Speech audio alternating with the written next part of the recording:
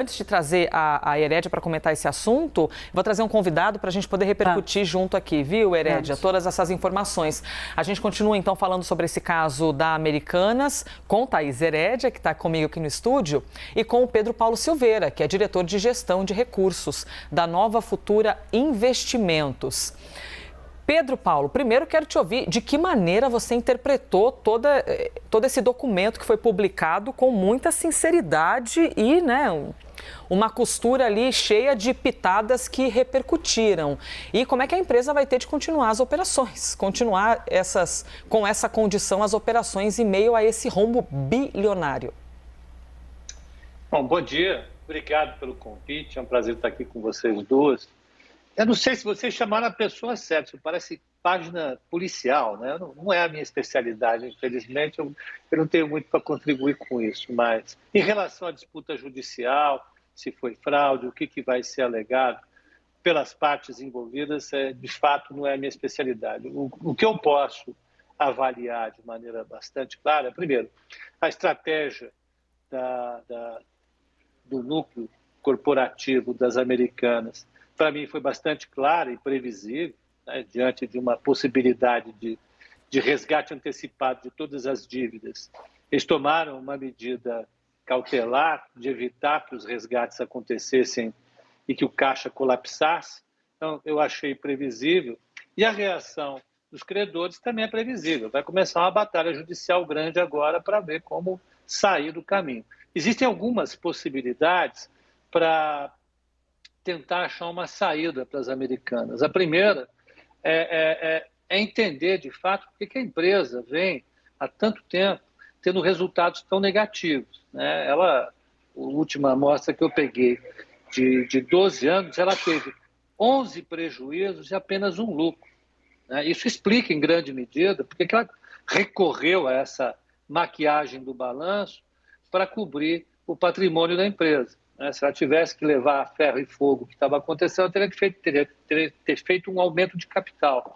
Então, ela vai precisar fazer um aumento de capital agora, vai precisar resolver, de fato, a sua geração de caixa, vai precisar aumentar a sua rentabilidade e passar a ter lucro para tornar a empresa viável. Como isso vai ser feito, vai depender demais da negociação que vai ser feita daqui por diante, dos credores, que são representados pelos grandes bancos, pelos acionistas minoritários e pelos principais acionistas e o seu consultor agora, que é o próprio Real.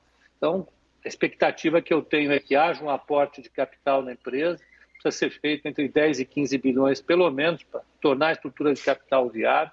Eles vão precisar se desfazer de muitos negócios, vão precisar se desfazer de muitas lojas e vão precisar que os credores alonguem os prazos de vencimento da sua dívida. É muita coisa.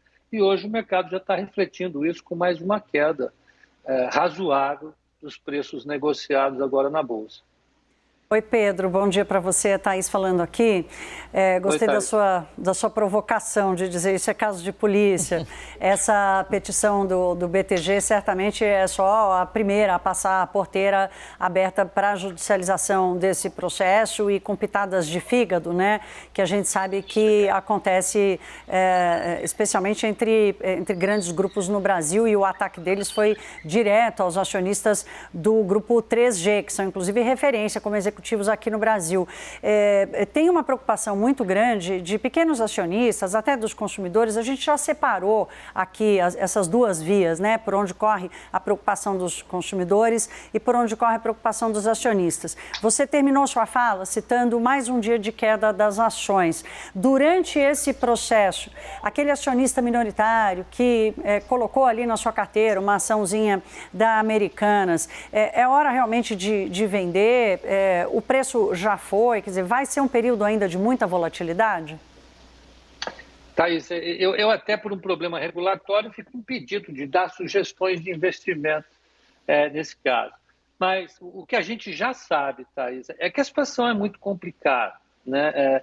Ou seja, nós sabemos que sabemos muito pouco. Nós estamos numa situação socrática desde pelo menos quarta-feira, né? Quando foi anunciado que a empresa teria problemas de 20 bilhões de reais, porque os seus passivos não estavam contabilizados de maneira correta, qualquer possibilidade de avaliação da empresa fica muito limitado. Né? Quem quer que seja um pouco sério em relação ao compromisso de avaliar um determinado ativo, como essa empresa, vai encontrar muitos obstáculos. Eu não sei qual que é a dívida, para quem que é a dívida, qual é o prazo da dívida, e a partir de agora, eu não sei qual é a disposição dos credores em negociar uma saída que vá possibilitar a viabilidade econômica da empresa.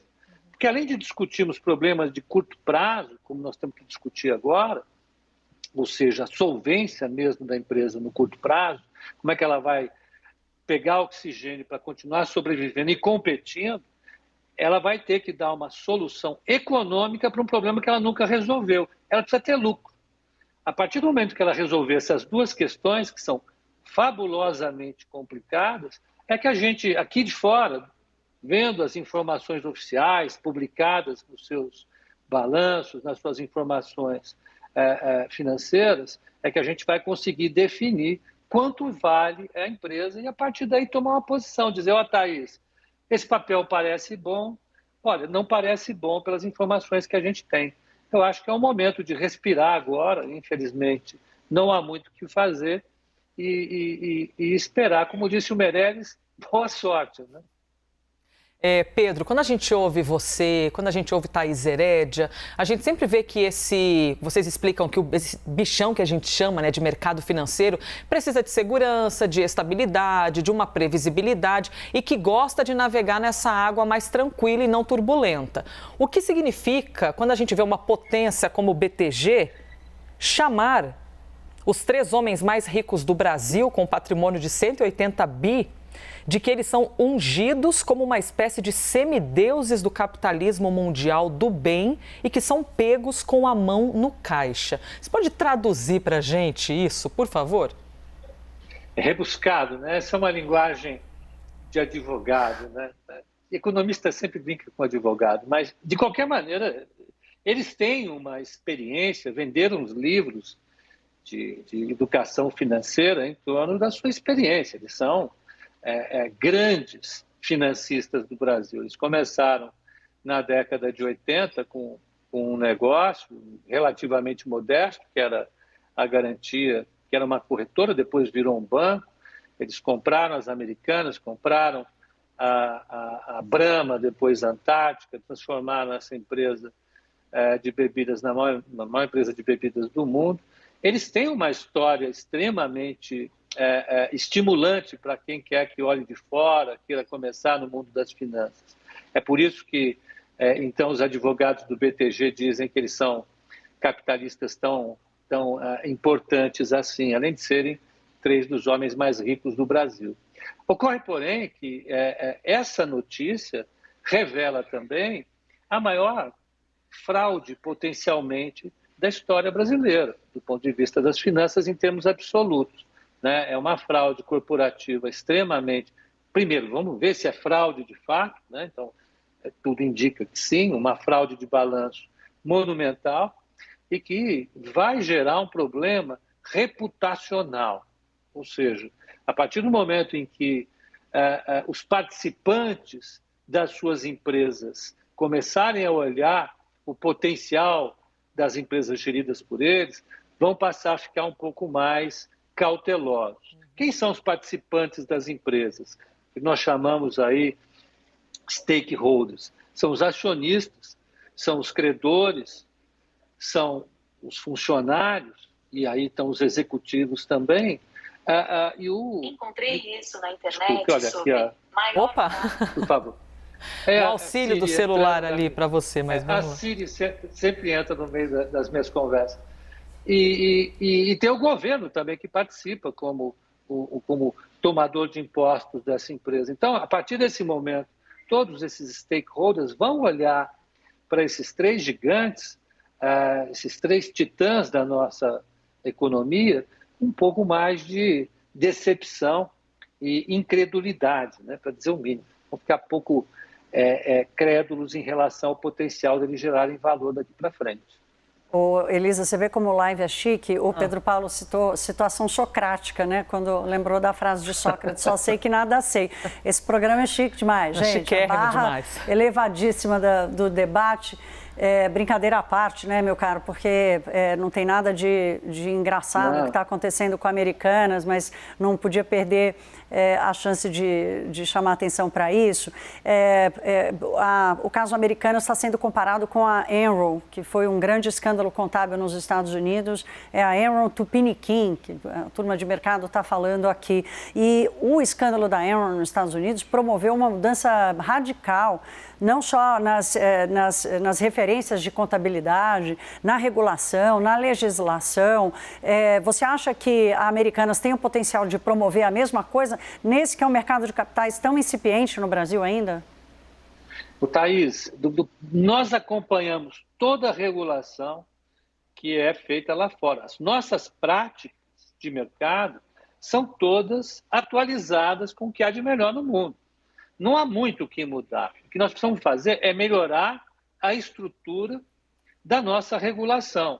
Eu acho que a CVM precisa ser fortalecida nesse processo. Você precisa dar gás para a CVM, precisa dar verbas, precisa dar investimento para a CVM, aumentar o seu corpo funcional para que ele possa atuar com mais capacidade nesse momento, porque falta braço. A CVM ela é, no Brasil, muito limitada para fazer o seu papel. Ela conta com os autorreguladores, mas isso precisa ser revisto. Então, eu acho que muito mais do que nos preocuparmos com aumentar o arcabouço jurídico, torná-lo mais rigoroso, que é o que acontece sempre quando tem uma grande falha no sistema jurídico brasileiro. A gente pensa em aumentar as penas, em criar novas leis.